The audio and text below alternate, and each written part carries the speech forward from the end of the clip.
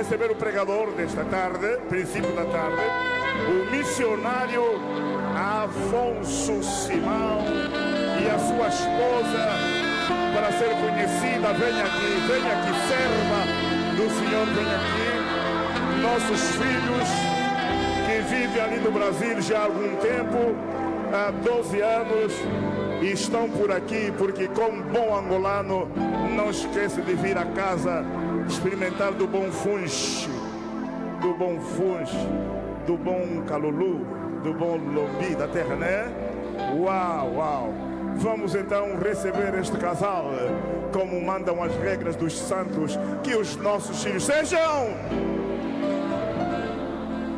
Jesus Cristo. Amém. Deus abençoe. E a mamãe, Deus abençoe. Pode tomar assento, e enquanto o missionário fica aqui para falar das grandezas de Deus no tempo que Deus lhe conceder. Glórias a Deus. Nós queremos, nesta tarde, na sequência da palavra, na sequência daquilo que Deus vem falando aos nossos corações, trazer e compartilhar com os irmãos. Amém? E eu farei diferente neste momento. Nós vamos ler então dois textos bíblicos. Vamos ler por agora segundo livro de Samuel, segundo Samuel, capítulo de número 9, segundo Samuel, capítulo de número 9, glória a Deus, aleluia, e depois leremos 2 Timóteo, o capítulo de número 1, após lermos Samuel, vamos ler então 2 Timóteo, o capítulo de número 1. Amém, queridos? Glória a Deus. Diz assim a palavra de Deus, segundo Samuel, capítulo 9. Perguntou Davi: resta ainda alguém da casa de Saul para que eu o trate com bondade por amor de Jonatas? Havia um servo na casa de Saul cujo nome era Ziba. Chamaram-no que viesse a Davi. Disse-lhe o rei: és tu Ziba? Respondeu ele: teu servo. Perguntou o rei: não há ainda algum da casa de Saul a quem eu possa mostrar a bondade de Deus? Ziba respondeu ao rei: ainda há um filho de Jonatas, aleijado de ambos os pés. Perguntou o rei: onde está? Respondeu Ziba ao rei: está na casa de Maquir, filho de Amiel, em Lodebar. Assim mandou o rei Davi trazê-lo da casa de Maquir, filho de Amiel, em Lodebar. Vindo Mefibosete, filho de Jonatas, filho de Saul, a Davi, prostrou-se com o rosto em terra e se inclinou. Disse-lhe Davi: Mefibosete. Respondeu ele: teu servo.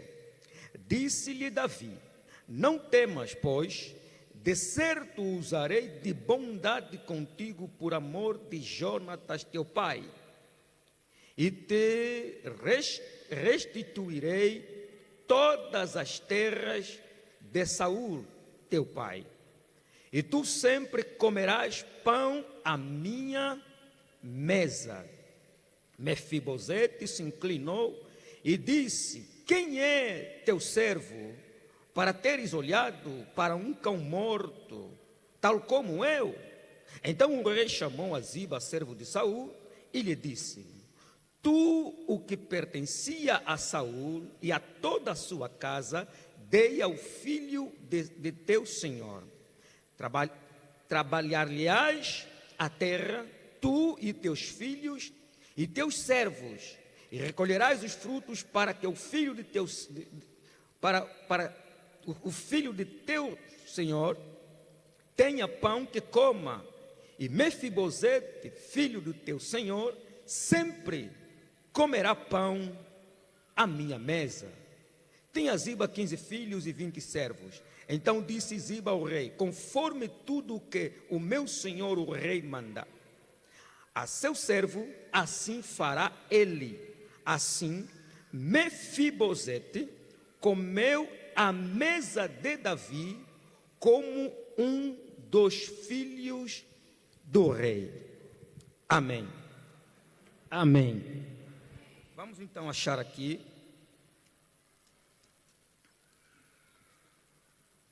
primeiro Timóteo. Glória a Deus. 2 Timóteo, perdão. 2 Timóteo capítulo 1, versículo 1 e o 5, ou a 5. Paulo, apóstolo de Cristo Jesus, pela vontade de Deus, segundo a promessa da vida que está em Cristo Jesus, a Timóteo, meu amado filho, graça, misericórdia e paz, da parte de Deus, Pai, e de Cristo Jesus, nosso Senhor. Dou graças a Deus, a quem desde os meus antepassados sirvo com uma consciência pura, de que sem cessar faço menção de ti nas minhas orações, noite e dia, lembrando-me das tuas lágrimas. Desejo muito ver-te para me encher de gozo, trazendo à memória a fé não fingida que há em ti, a qual habitou primeiro em tua avó Loide e em tua mãe Eunice, e estou certo de que também habita em ti. Glória a Deus. Vamos agradecer a Deus. Pai, obrigado. Obrigado porque tu és bom. Obrigado porque tu és santo.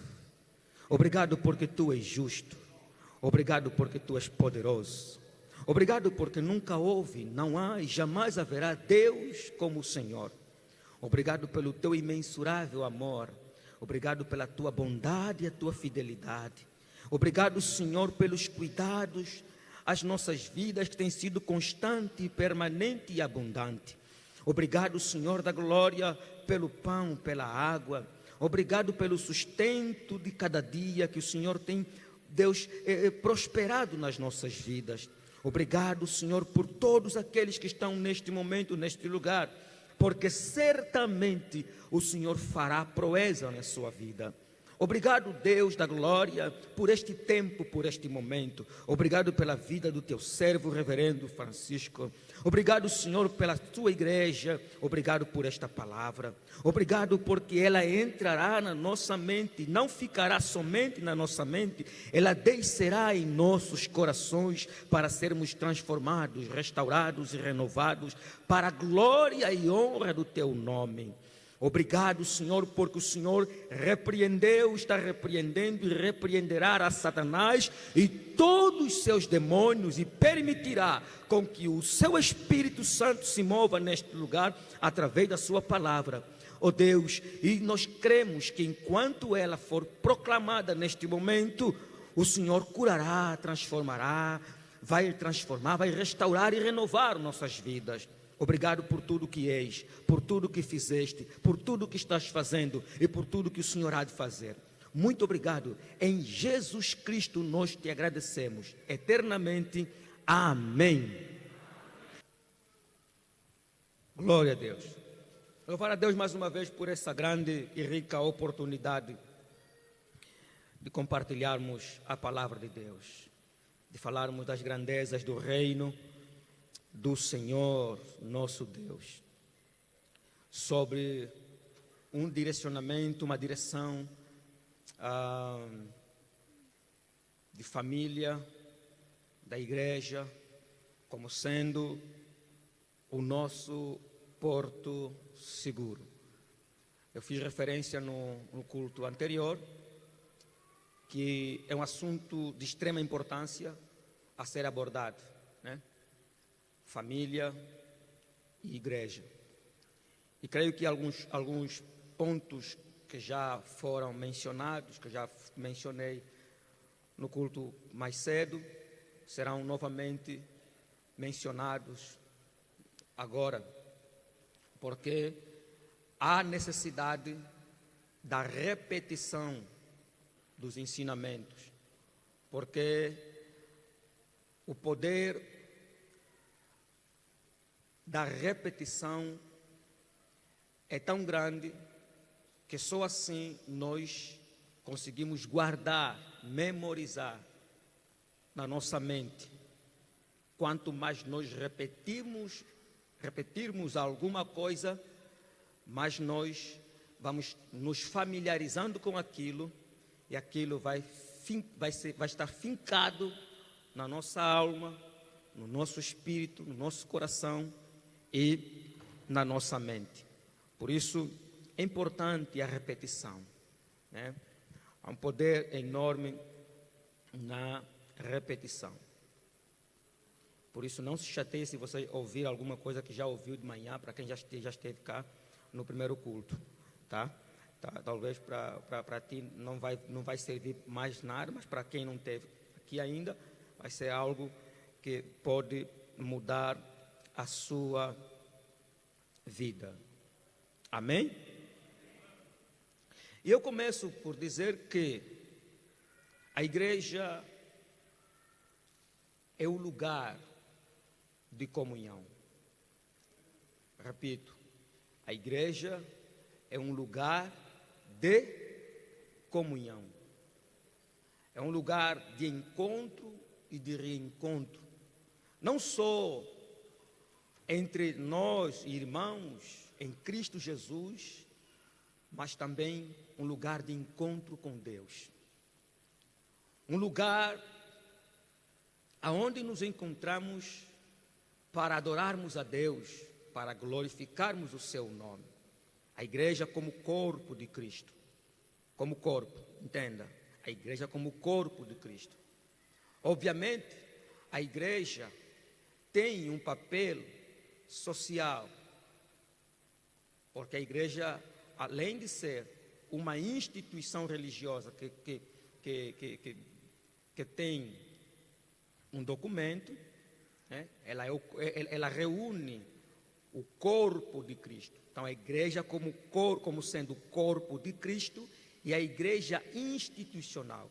A igreja institucional também tem um trabalho social, tem um cunho social, né? Desenvolve um trabalho para que a sociedade seja impactada, tocada, transformada, renovada, e possam entender que o Senhor Jesus Cristo, Ele não apenas falou, Ele não apenas alimentou espiritualmente, mas como Ele também alimentou fisicamente. E é simples nós compreendermos isso quando nós observamos a história da multiplicação dos pães, quando Jesus pregou a palavra e depois Jesus percebeu, olhando para o povo, a multidão, que a multidão estava com fome, e Jesus falou para os discípulos: a multidão está com fome, dá-lhe voz de comer. Após terem comido, se alimentado do espiritual, Jesus não queria de maneira nenhuma dispensar a multidão com fome, porque há uma questão aí muito importante, e a questão é que nós, os seres humanos, temos a tendência de lembrar mais os atos e as atitudes do que as palavras.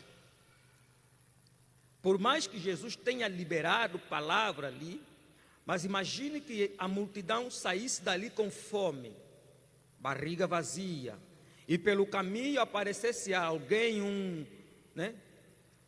um bondoso ali, e dissesse assim: olha, vem aqui que eu tenho comida, tenho aqui alimento, vou matar a vossa fome e tudo mais. Irmãos, a fome faz esquecer coisas importantes. Por isso que a fome mata. A fome não mata só o físico, a fome também mata o cérebro, mata a consciência. Por isso é importante, quando a criança vai para a escola, ela precisa se alimentar bem, estar bem, porque senão o seu cérebro não funciona corretamente. É importante. Quem já foi na escola com fome aqui? Naquele tempo, no tempo da maçaroca, né? Uns estão a levar um lanche ali, você estava vendo, muitas das vezes você não tinha nada e ficava ali olhando os outros no intervalo das aulas, está a comer, você está ali com fome. Você na sala de aula com fome, você já, a tal atenção não tem, você não consegue prestar atenção na aula. Porque se aqui tiver a fazer confusão, aqui não tem como concentrar na aula. Você pode não aprender absolutamente nada, e isso é científico também. Tá? Então, se alguém aparecesse no meio do caminho e desse de comer, eles iam esquecer as palavras que Jesus falou ali. Vamos ser sinceros, iam esquecer. Eles iam se lembrar mais daquele que lhes deu comida, que encheu a barriga deles. Só que Jesus é extraordinário. Jesus nunca nos deixa ir embora incompleto. Jesus nunca nos larga, nunca nos permite irmos embora incompleto. Ele não dá nada incompleto.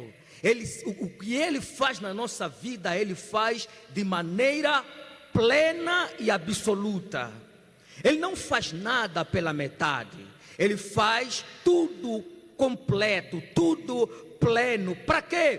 Para que não haja espaço, não tenha espaço para que o diabo entre, para que o inimigo entre, para que o inimigo possa então roubar aquilo que ele colocou, que ele semeou nas nossas vidas, no nosso coração. Se ele vier falar, mas ele deu isso, e não citar outra coisa, falar, mas ele também fez isso. Ele te deu casamento? Não, ele não só deu casamento. Ele deu casamento, mas também deu a casa. Ele não só deu a casa, ele também deu filhos. Então, Deus, quando for fazer alguma coisa, Ele faz completo. Quando Ele fez os céus, Ele fez completo. Quando fez a terra, Ele fez completo. Não falta absolutamente nada na terra. Nunca faltou desde a criação. Deus fez a terra completa, não faltou absolutamente nada, porque Ele é um Deus pleno. Amém. E nós estamos falando de um assunto muito importante, mas muito importante. E quem dera todas as igrejas tivessem esta consciência, esta visão de falar constantemente sobre esse assunto, sobre família, sobre igreja, sobre o entendimento, a compreensão correta da família e o papel da igreja. E por conta disso, muita gente acaba trocando, invertendo os papéis, querendo transferir para a igreja o papel que é dele, querendo transferir a sua responsabilidade para a igreja.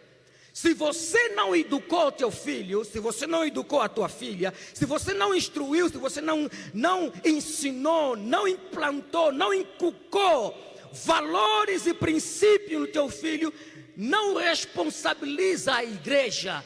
Não entregue para a igreja para que a igreja faça este papel. Este papel é nosso.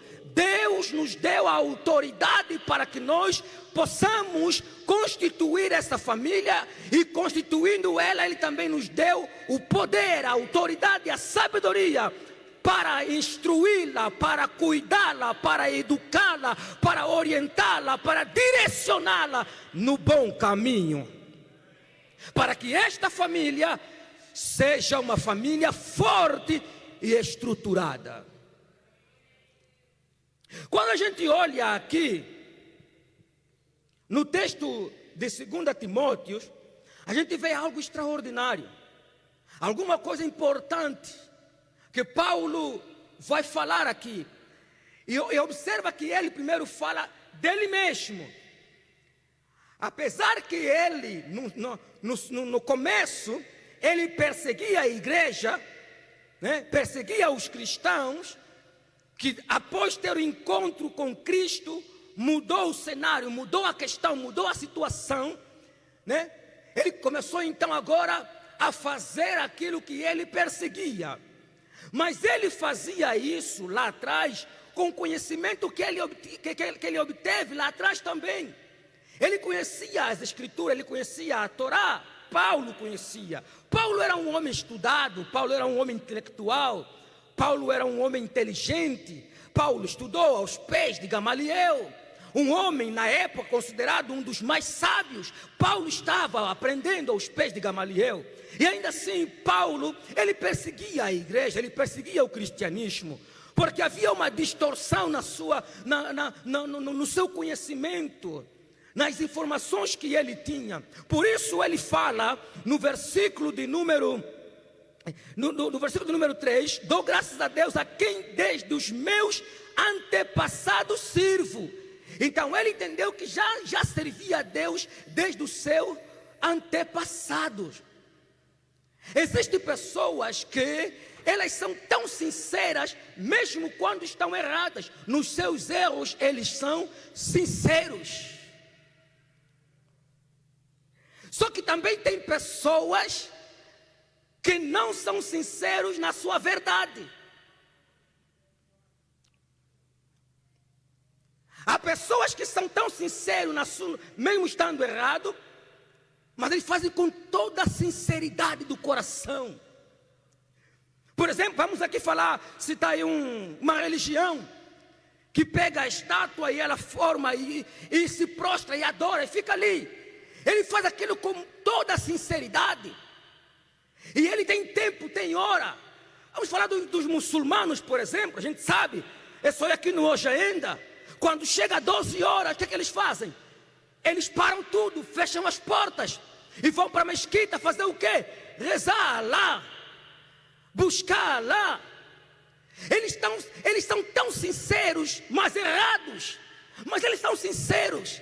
Agora, nós que conhecemos o Deus verdadeiro, para parar só um minuto, um tempinho, para louvar o seu nome, engrandecê-lo, agradecê-lo, nós temos dificuldades sérias. Mas nós conhecemos o Deus verdadeiro, o Criador dos céus e da terra, aquele que opera milagre, aquele que abriu o mar, aquele que abriu o rio, aquele que abre mar. Nós conhecemos Ele, mas nós temos dificuldade de nos prostrarmos diante dEle e adorá-lo, glorificar o seu nome, bendizer o seu nome. E ainda fazemos isso com muitas cerimônias, e fazemos isso com muitas ressalvas. Não, queridos, quando nós estamos diante de Deus, o nosso reverendo falou aqui, nós conhecemos os protocolos, nós conhecemos, sabemos e temos. Mas também há momentos que nós esquecemos, não porque estamos ignorando, mas porque quando o Espírito de Deus nos toma, quando a presença de Deus toma a nossa vida, toma a casa, não tem protocolo, não tem ritual, não tem dogma que trava isso, porque não depende de nós, não depende da nossa roupa, não depende da nossa maquiagem, não depende do que nós temos. Quando o Espírito de Deus nos toma, não importa onde nós estamos, não importa o que estamos fazendo, se é no trabalho ou em casa, no banheiro ou no táxi, não importa se é aqui, aonde o Espírito de Deus te tomar, alguma coisa escandalosa vai acontecer.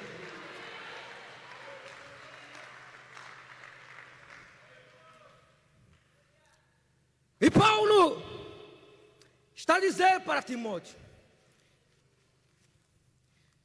eu reconheço,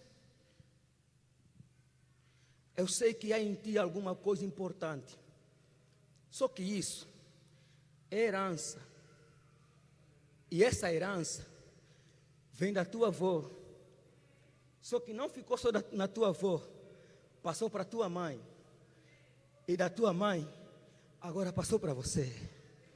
Nós falamos de manhã sobre o legado. Isso é um legado. Legado de fé.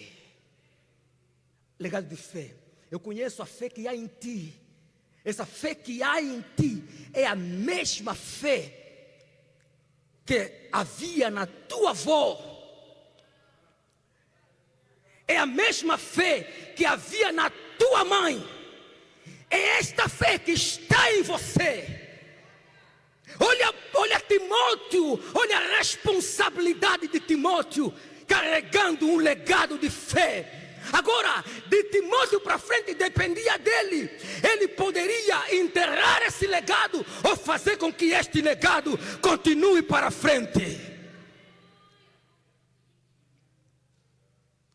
Talvez você não tenha ninguém na tua família, você é a primeira pessoa que se converteu. Então permita, por favor, que alguém um dia lá na frente diga: a tua avó já viveu isso, agora você está vivendo isso também. É a mesma fé da tua avó. Agora, por favor, não vacila mais, porque tudo que você está fazendo hoje, tudo que você está fazendo, você está plantando, você está semeando. Nós estamos, queridos, tudo que nós fazemos e estamos fazendo, nós estamos plantando, nós estamos semeando.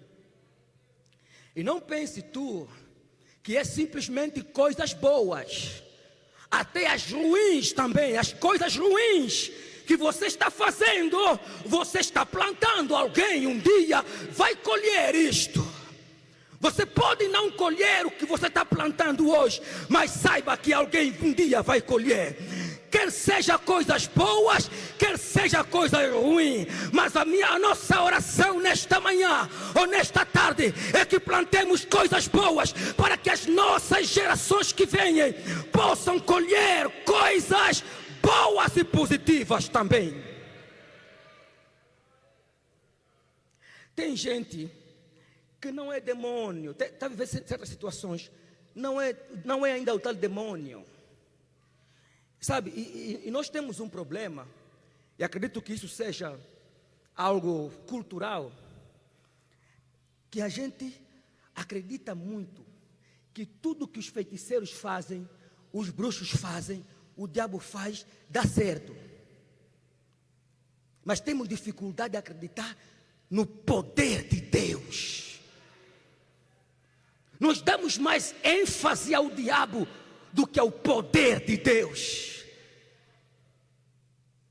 Parece, e quando se faz isso, há uma sensação de que o diabo e Deus estão lutando, estão brigando, disputa de poder, luta de poder, vendo com quem tem mais poder. Não, esse é meu, esse é meu, esse é meu, esse é meu. Não, eu puxo daqui, Deus puxa, o diabo puxa. Não existe a menor chance disto acontecer. Aliás, o diabo é criatura de Deus. Desde quando é que uma criatura consegue fazer frente com o Criador? Nunca. Deus, Ele é todo poderoso.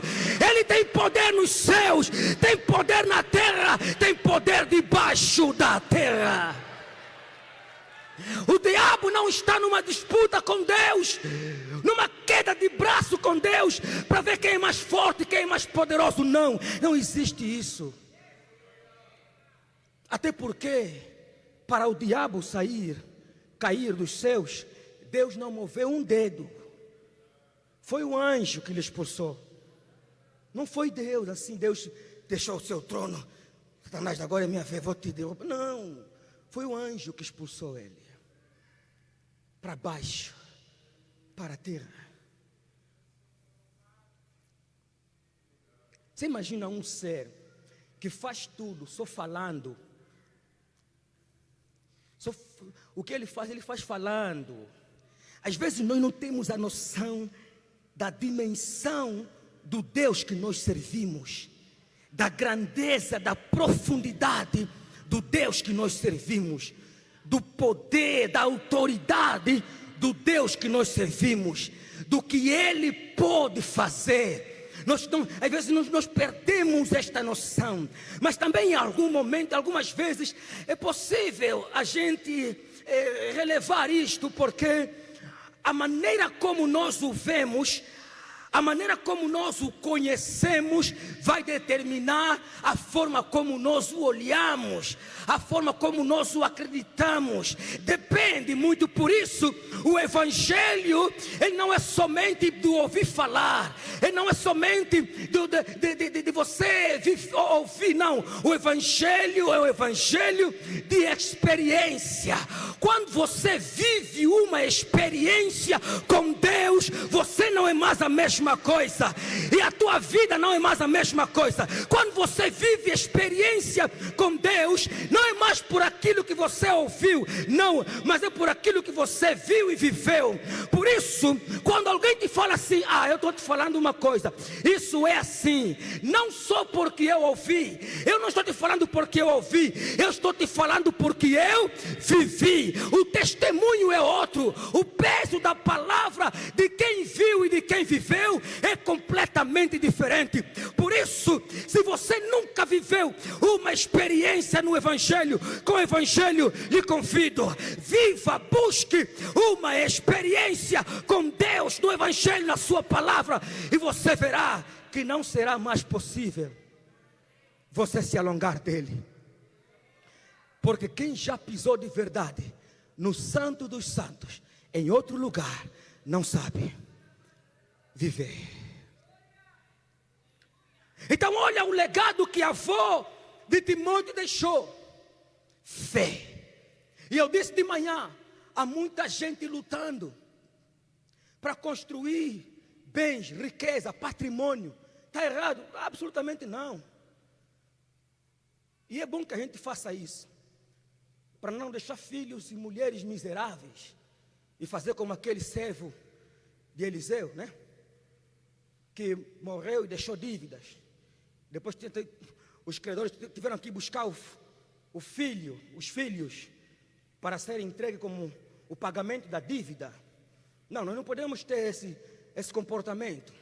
Podemos construir riqueza, podemos construir fortunas, podemos construir, né? Embora uns defendem e dizem assim, não, mas para quê? Jesus está a voltar. Tá bom, irmão. Ele disse que está voltando. Ele disse que volta, mas também não falou quando ele vai voltar. Você não sabe, você vai morrer antes dele chegar. Pode ser que seja hoje, pode ser que seja agora, pode ser que seja amanhã, pode ser que seja daqui até você morrer. E se você tem essa consciência, por isso ele disse, eu vou, se ocupem até que eu volte. Ele não falou que você deve ficar só esperando assim, não. Os discípulos, quando estavam fechados lá em Jerusalém, eles não estavam lá sentados, parados, não, esperando, porque Jesus prometeu a descida do Espírito Santo e que eles receberiam poder, e portanto, como ele já falou mesmo, então vou só ficar esperando, sentado, então não, dormindo, comendo, bebendo gasosa, não, eles estavam ali orando, louvando a Deus, em comunhão com Deus, fazendo alguma coisa, até que um dia, uma hora, um momento, houve então o barulho, houve a descida do Espírito Santo de Deus, e eles foram cheios do poder e da autoridade do Espírito de Deus, mas eles não estavam desocupados fazendo nada. Então você pode construir riqueza, você pode construir, só que entenda uma coisa: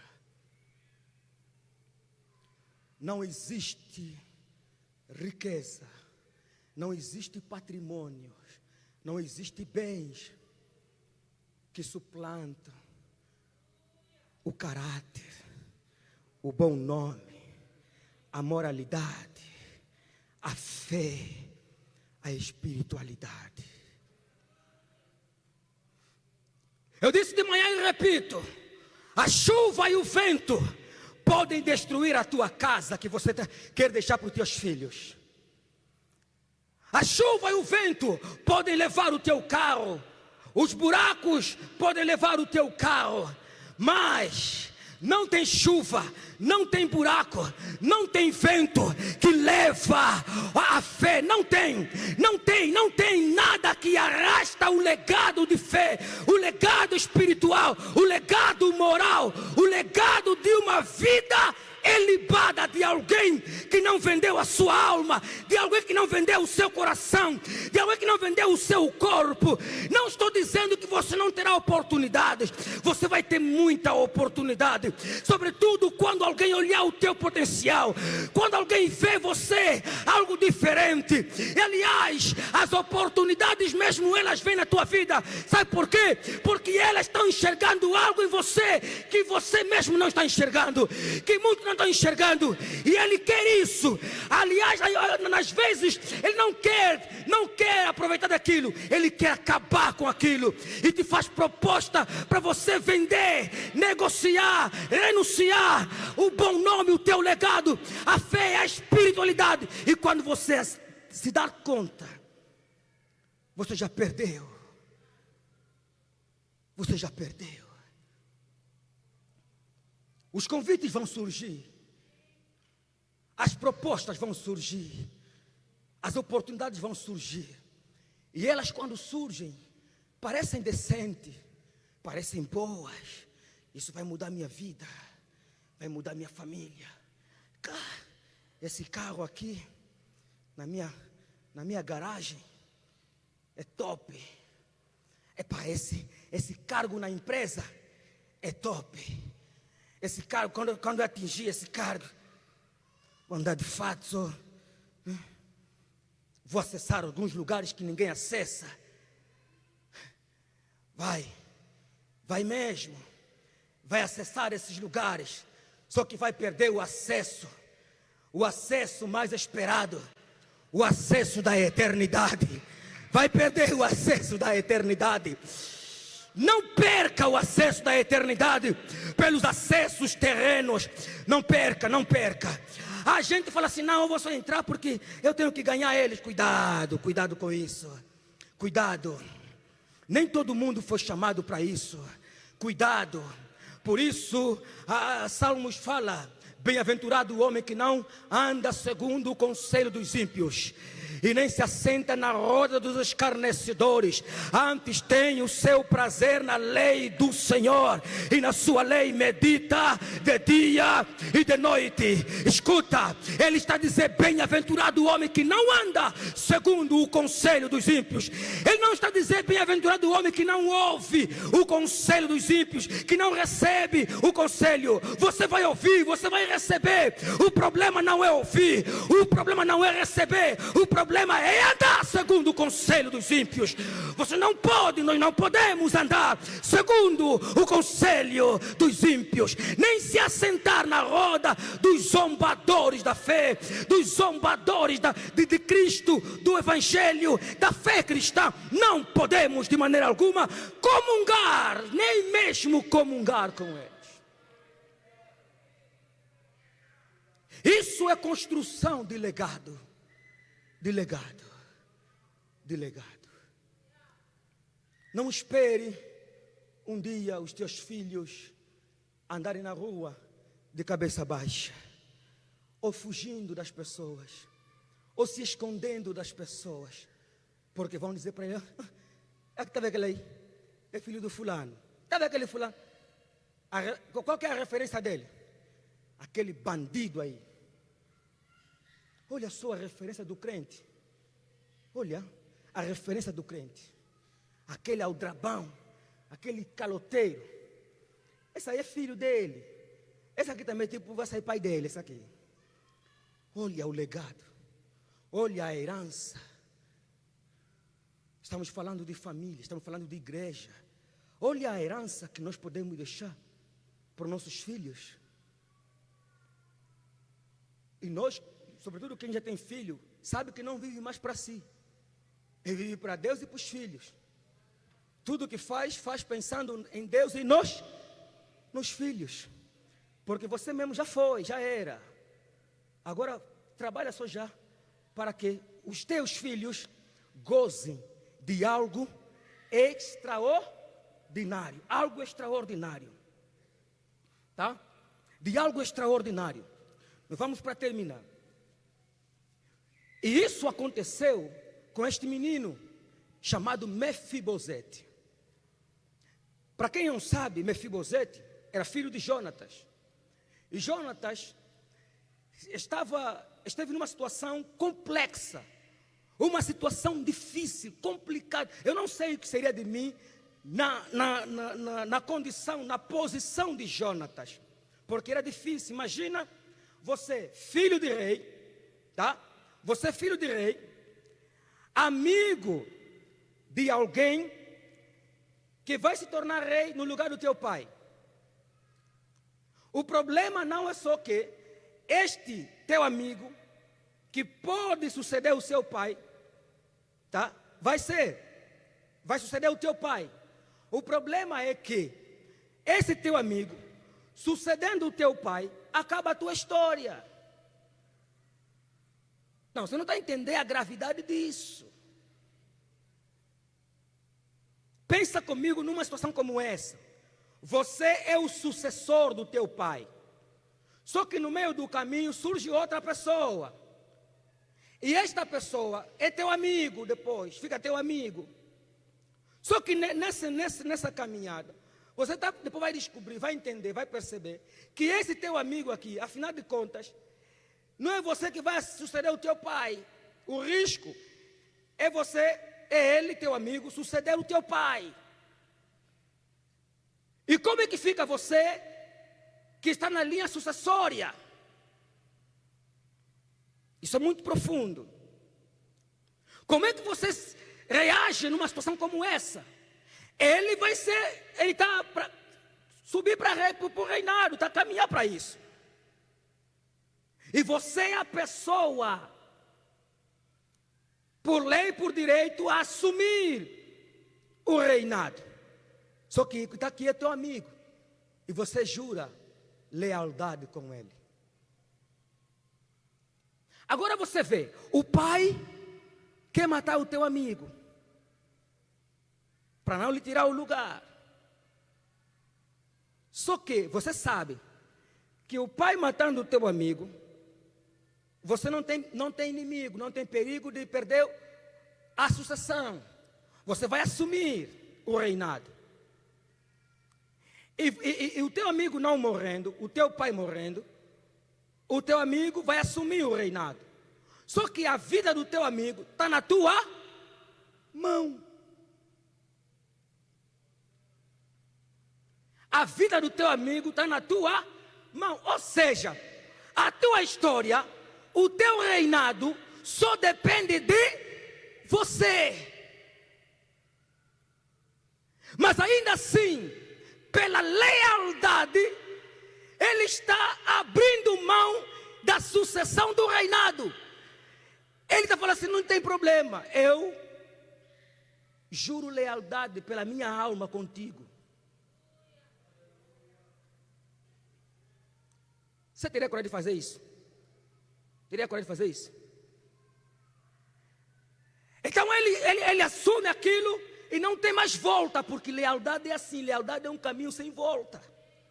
Quando você é leal, não estou falando de pessoa fiel, estou falando de pessoa leal, tá? Não é fiel, leal, porque fiel é aquele que está perto de você, ou ele fala a tua língua quando está contigo, mas quando está fora de você, está longe de você, ele é outra coisa. Ele é fiel na tua presença, mas longe de você ele é desleal. Então estou falando de alguém que te defende quando você está presente e te defende quando você está ausente. Ele fala melhor de você, não na tua presença. Ele fala melhor de você na sua ausência. Ele te defende mais quando você está ausente do que quando você está presente. Este é Jonatas. Está guardando Davi, que vai assumir o reinado. E o que nós sabemos é, por conta de uma decisão errada de Saul, a sua família e a sua geração foi comprometida. É isso que estamos falando aqui. Cuidado com o que você está construindo, o legado que você está construindo, o caminho que você está trilhando para construir este legado. Não é só construir. Tem gente que acha que não, é só dar certo. Se desde que deu certo, tá bom. Não, a questão não é dar certo. É como dar certo, é porque deu certo. Quando Deus orientou Moisés, Moisés, ordena a rocha para que dê água. Moisés fez o quê? Pegou na vara, foi lá e feriu, bateu a rocha. A ordem foi o quê? Ordenar e não bater. E a pergunta é, a rocha deu água, sim ou não? O povo bebeu, sim ou não? Porque o problema não era ele, o problema é o propósito de Deus para com o povo. A pergunta que se coloca é depois, o que aconteceu com Moisés? Aconteceu o quê? Foi impedido de entrar na terra prometida. Por quê? Por causa daquilo. Ah não, é porque o importante é que deu certo. Não, o importante não é só que deu certo, é o que você fez para que dê certo. É onde você entrou, é onde você passou, é o que você falou, é quem você pisou, é quem você traiu, é quem você abandonou, é quem você maltratou. O problema não é só que você chegou lá. Ah, eu cheguei lá, tá bom. O importante é que cheguei, o importante é que deu certo. Não, saiba que caminho trilhar, saiba que caminho trilhar, porque quanto mais elevado, maior é a queda. Mas quando você sobe, degrau, degrau, degrau, degrau, degrau, degrau, degrau, degrau, degrau, degrau, está construído, não vai cair, porque está estruturado, porque foi degrau, degrau, degrau, degrau, degrau, degrau, degrau, degrau, no tempo certo, na hora certa, no momento certo, no dia certo, no segundo certo. Foi tudo no momento de Deus, na hora de Deus. Por isso, pode vir alguém fofocar, falar mal, mentir a teu respeito, não vai funcionar, porque foi degrau, degrau, degrau, degrau, degrau, degrau. Eu não comprei, não, eu não comprei, eu conquistei. É diferente conquistar e comprar. Se eu comprei, eu vou perder, mas se eu conquistei, não vou perder, porque foi degrau, degrau, degrau, degrau, degrau, degrau. Construa o teu legado, degrau, degrau.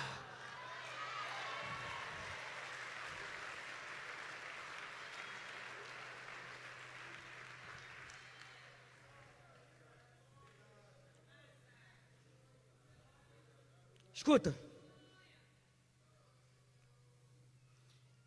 Davi assumiu o reinado.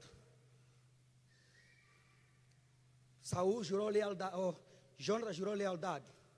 Davi assumiu. Saul morreu. Guerra, morte. Só sobrou Mefibosete. Ao sair da cidade, Ziba, que era o seu babá, que cuidava dele, ao correr com o menino de 5 anos, tropeça e o menino quebra as 2 pernas. Ficou paralítico. Não tinha outro lugar senão ser levado em Lodebar. Lodebar, para quem não sabe, significa terra de esquecimento. Diga terra de esquecimento. Nós louvamos aqui, antes da mensagem, que tudo não terminou, que não terminou. Não acabou. Não acabou. Ele foi levado em Lodebar, terra do esquecimento. Em outra tradução, diz que Lodebar é terra infértil, terra improdutiva, que não produz. Então o menino foi levado ali, cresceu, teve até mulher, teve filho e ficou morando ali. Quando Davi assumiu o reinado, por lei na época, todo rei que assumisse o reinado, ele tinha o direito de eliminar todos da linha sucessória do reinado anterior. Era o seu direito. E quando ele pergunta se ainda restou alguém, provavelmente alguns pensaram: epa, vai matar. É direito dele, é dever dele, vai matar. Mas ele pergunta: tem alguém? E aí alguém se lembrou que lá no palácio tinha um servo que trabalhava para Saul, que conhecia alguém. Certamente ele comentou ali. E mandou chamar ele. E quando ele chega diante do rei, o rei perguntou: tem alguém da família de Saul para que eu possa manifestar, demonstrar bondade por ele? Olha a resposta dele. Qual seria a resposta no óbvio? Quando o rei perguntou: tem alguém na família de Saul? Qual seria o óbvio, a sua resposta? Tem. Certo? Tem. Mas qual foi a resposta dele? Tem. Porém, mas é aleijado. Para piorar, dos 2 pés. Aí tem 2 questões. Primeiro, o risco e o perigo dele ser morto por ser da linha sucessora do rei. Segundo, ele falou: ele é aleijado, não tem como vir aqui no palácio. Por quê? Na época, os deficientes físicos, alguém que tivesse alguma deficiência física, não poderia acessar o palácio, não poderia entrar no reino. Então, automaticamente, Mefibosete tinha essas 2 questões: ser morto por pertencer à linha sucessora do rei e não poder acessar o palácio por ser paralítico. Só que o rei perguntou se tem alguém, só isso. Ele só disse: não, tem, Mefibosete. Agora, se ele é paralítico ou não, não é da conta de Mefibosete. O rei só perguntou: tem alguém? Tem alguém? Não, tem o fulano, está lá. É só isso. Isso também acontece na igreja. Às vezes querem chamar uma irmã, um irmão para o ministério, para alguma coisa, e só pergunta quem é bom nisso. Aí a pessoa que sabe, mas também ele quer assumir, ele quer também subir, ele fala: mas tem uma irmã aí, até que canta bem, até que ela prega bem, até que ele fala bem, até que ele evangeliza bem. Mas aquela irmã tem isso, tem aquilo, faz isso, faz aquilo. Não, só te perguntaram se tem alguém. Não te perguntaram os defeitos dela. Fala, só tem alguém. Os defeitos dela, deixa que a graça trata. Deixa que a graça trata. Não somos nós que tratamos os defeitos das pessoas. Quem trata dos defeitos é a graça. Diga para alguém: muito prazer, eu sou o filho da graça. Diga: muito prazer, eu sou o filho da graça. Sabe por quê? Porque não é sobre você. Você está aí sentado, não é sobre você. Não, você está aqui, não é sobre você. Você canta aqui, não é sobre você. Você toca ali, não é sobre você. Você prega aqui, não é sobre você. Mas é a graça, é sobre a graça, é sobre a graça, é sobre a graça, é sobre a graça de Deus.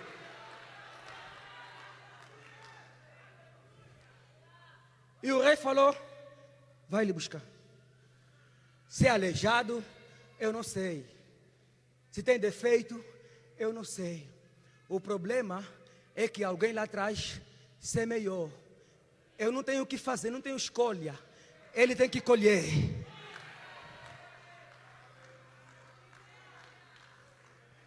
Se fala bem, eu não sei. Se anda como, eu não sei. O que eu quero é ele aqui, porque não é sobre ele, é sobre seu pai.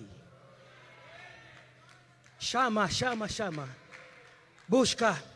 Mefibosete vem e se prostra. Eu sou um cão morto. Às vezes é assim como a gente se enxerga, um cão morto. Só que alguém olha e vê algo diferente. Tem gente que está se enxergando como um cão morto, como alguém sem esperança, sem saída, sem chance. Só que a graça já te olhou, a graça já te encontrou, a graça já te viu. A graça não está a ver o cão morto, a graça está a ver você em outro lugar. A graça vai te levar aonde a lei te excomunga, a graça vai te colocar. Aonde a lei te proíbe, a graça vai te levar. Aonde a lei te fala senta, a graça vai te colocar em pé. Aonde a lei te manda sair, a graça vai te fazer entrar. Oh, aleluia. aleluia, glória a Deus. Oh, aleluia, glória a Deus.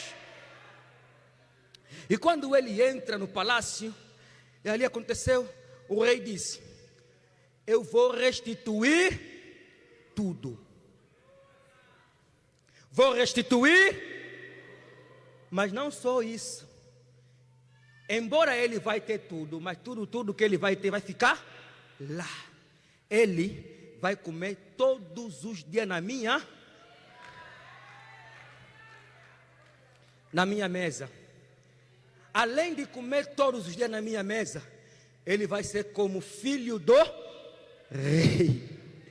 Se ele era filho de príncipe, morreu o príncipe, agora mesmo não tendo seu pai vivo, mas o legado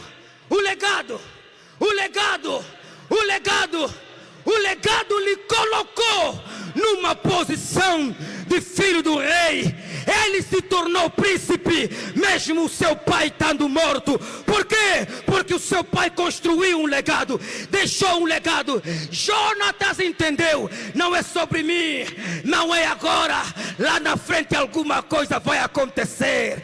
Pode não ser comigo, posso não colher hoje, posso não ter hoje, posso não ver hoje, posso morrer pobre, mas a minha luta, a minha guerra vai prosperar alguém, vai trazer alguém, vai resgatar alguém, vai livrar alguém, vai libertar alguém, vai puxar alguém, vai elevar alguém, vai catapultar alguém para a mesa do rei.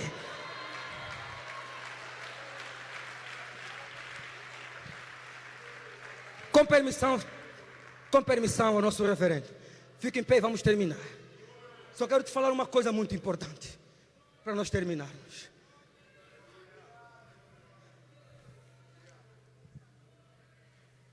Escuta, Mefibosete está na mesa do rei comendo todos os dias. E sabe o que aconteceu? Todo mundo na mesa, sim ou não? Imagina você comer com o rei todos os dias. No lugar da mesa do rei, não é para qualquer pessoa. Imagina alguém que se via como um cão morto, agora está na mesa do rei. Não é sobre ele, é sobre... Muito prazer, eu sou o filho da graça. Talvez alguém perguntasse para ele: qual é o teu nome? Mefibosete. Eu sou o filho. Eu estou aqui pela... Fui chamado pela... Fui levantado pela... Estou na mesa pela... Estou no palácio pela... Estou no reinado pela... Entrei no reino pela... Eu sou filho... Eu fui gerado pela... Eu fui gerado pela... Eu fui gerado pela... Eu fui gerado pela... Não é o meu intelecto, não é o meu conhecimento, não é a minha sabedoria, não é a minha inteligência, é a graça, é a graça. Eu estou pregando aqui, não é pelo que eu sei, não é pelo que eu falo, mas é a graça, é a graça. Você não tem noção de onde eu venho, não sabe de onde eu venho, não conhece minha história, não conhece o meu pai, não conhece a minha mãe, não sabe minha história, não sabe meu passado, mas a graça sabia, a graça sabe, a graça sabe, a graça sabe.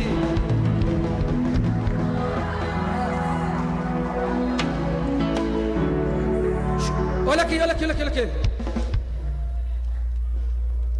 Começa, termina. Olha aqui na mesa do rei, ó, a mesa. Cadeira, mesa, toalha, mesa, toalha, cadeira.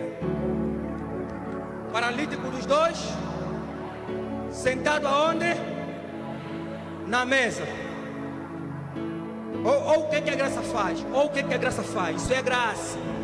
Isso é o exemplo da graça. Olha aqui, ó. Quando nós estamos na mesa da graça, as nossas imperfeições, a graça,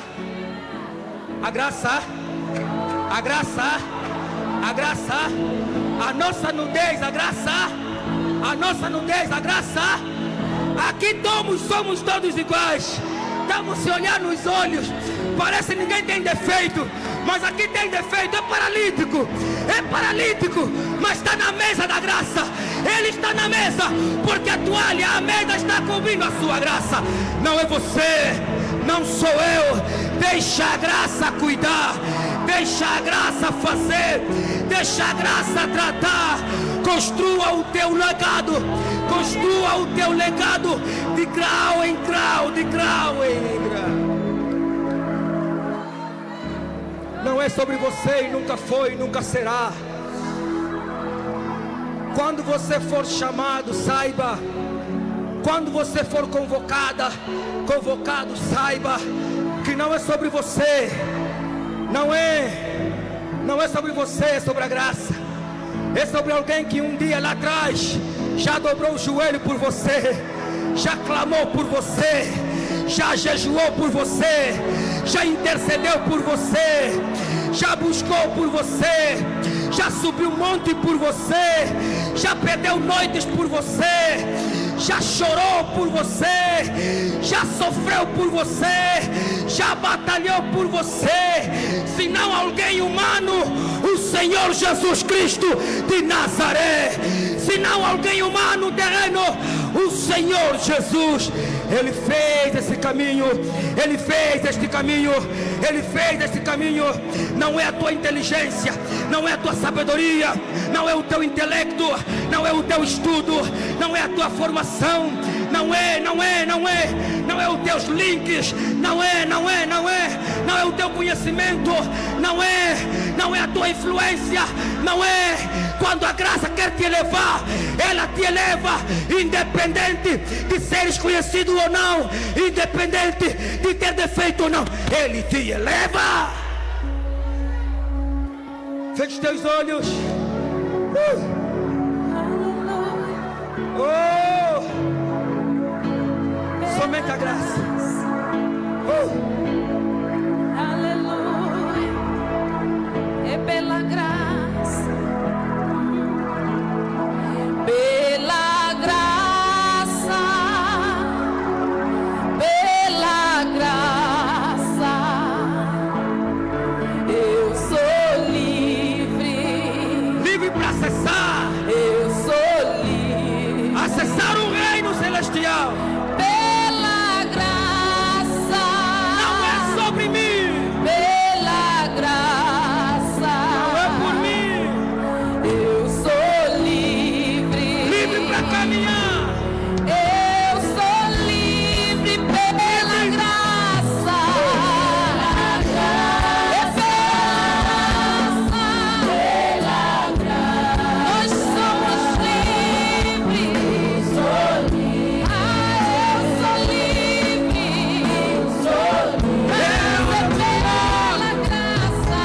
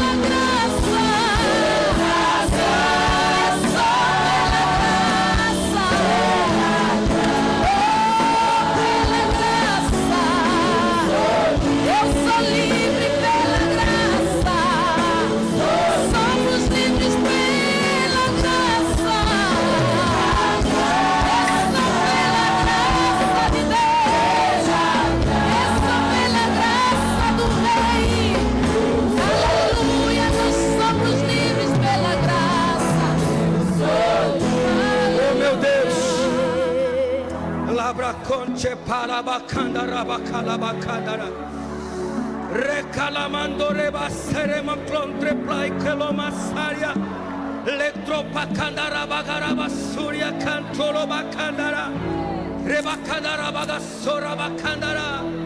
Oh meu Deus, oh Senhor.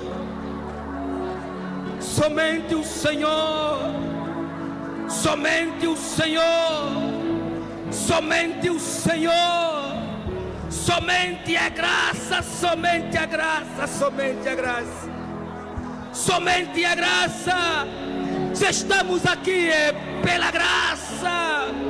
Se somos o que somos é pela graça. Se temos o que temos é pela graça. Se construímos o que construímos é pela graça. Obrigado, Jesus. Obrigado, Senhor. Obrigado, meu Deus. Obrigado, meu Senhor. Obrigado, porque a tua graça nos basta. A tua graça nos basta.